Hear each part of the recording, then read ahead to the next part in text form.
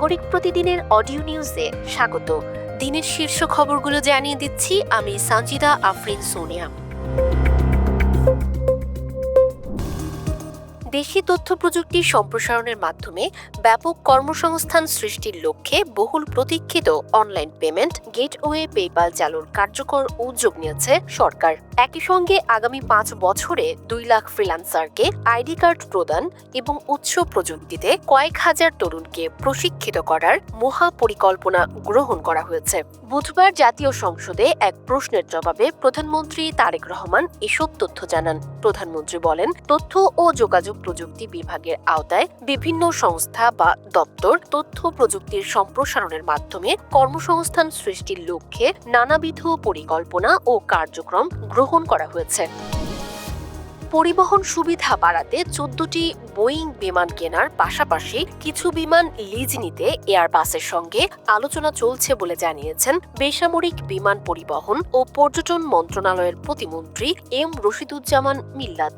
বুধবার সচিবালয়ে প্রধানমন্ত্রী তারেক রহমানের সঙ্গে সাক্ষাৎ শেষে গণমাধ্যম কর্মীদের সঙ্গে আলাপকালে এমনটা জানান তিনি। প্রতিমন্ত্রী বলেন, বিমান লিজ নেয়ার চিন্তা চলছে।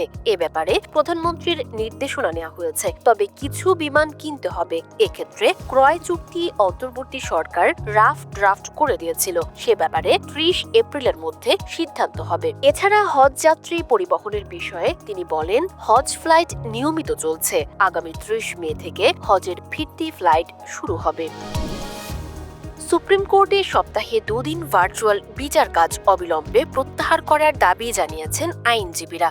এ সময় ভার্চুয়াল বিচার কাজ প্রত্যাহার না করলে বৃহস্পতিবার কালো পতাকা মিছিল সহ লাগাতার আন্দোলনের হুঁশিয়ারি দিয়েছেন তারা। বুধবার সুপ্রিম কোর্ট প্রাঙ্গণে বিক্ষোভ মিছিলের পর এই হুঁশিয়ারি দেন তারা। এ সময় আইনজীবীরা বলেন, ভার্চুয়াল শুনানির ফলে অনেক গুরুত্বপূর্ণ মামলা নষ্ট হওয়ার শঙ্কা দেখা দিচ্ছে।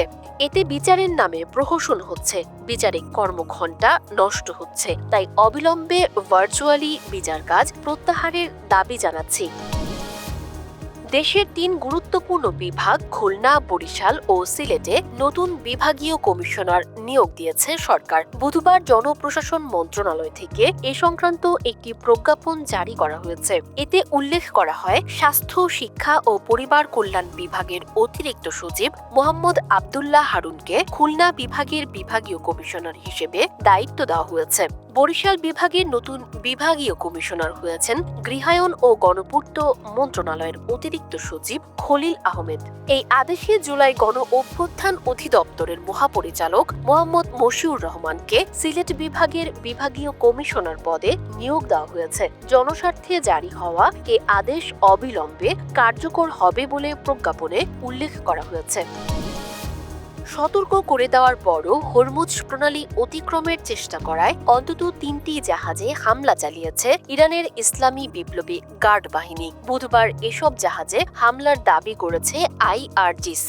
এর মধ্যে 2টি জাহাজকে ইরানের এই বাহিনী জব্দ করেছে বলে দেশটির সংবাদ মাধ্যমের খবরে জানানো হয়েছে।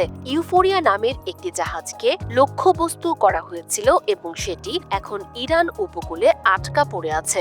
IRGCর নৌবাহিনীর বিবৃতির বরাত দিয়ে ইরানের অন্যান্য সংবাদ মাধ্যম বলেছে, MSC ফ্রান্সিসকো এবং অ্যাপা মিনোন্ডাস নামের 2টি জাহাজকে জব্দ করা হয়েছে।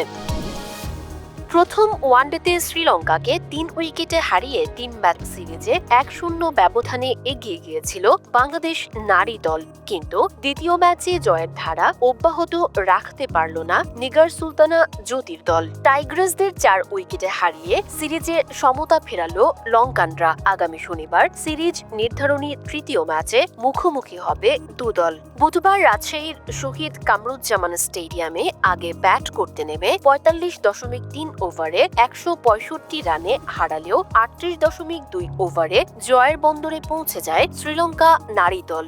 অলরাউন্ড নৈপুণ্যে ম্যাচ সেরা নির্বাচিত হয়েছেন লঙ্কান অধিনায়ক চামারি আত্তাপাত্তু।